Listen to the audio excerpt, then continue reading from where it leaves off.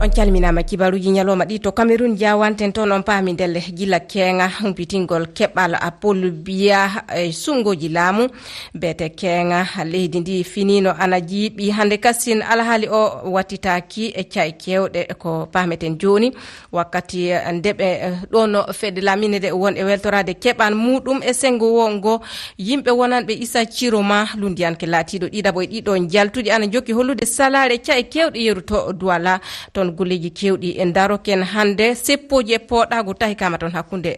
seppoɓe e daran yimɓe ndenagu jokkodiren ɗo e nuttodiraɗo meɗen goto mo leydi Cameroon ɗoni Rufaw Baba Ashwalia mi salminima Rufaw. Mi jaɓi Rama Diallo. Rufaw an a yettoken to Douala e oɗo subaka mbiɗa poɗagu mawni ton hande subaka.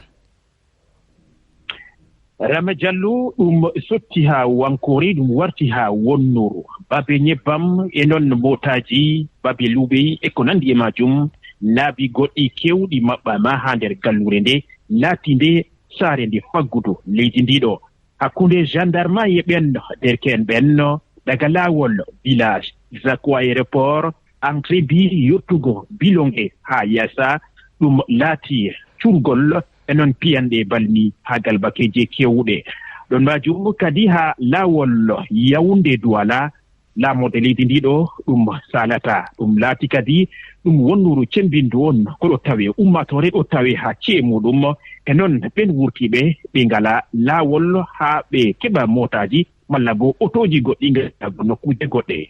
Rufaw e cay goɗɗe kasin wondiɓe Issa Ciroma ɓe ngottay holude mette maɓɓe basal candidat maɓɓe o.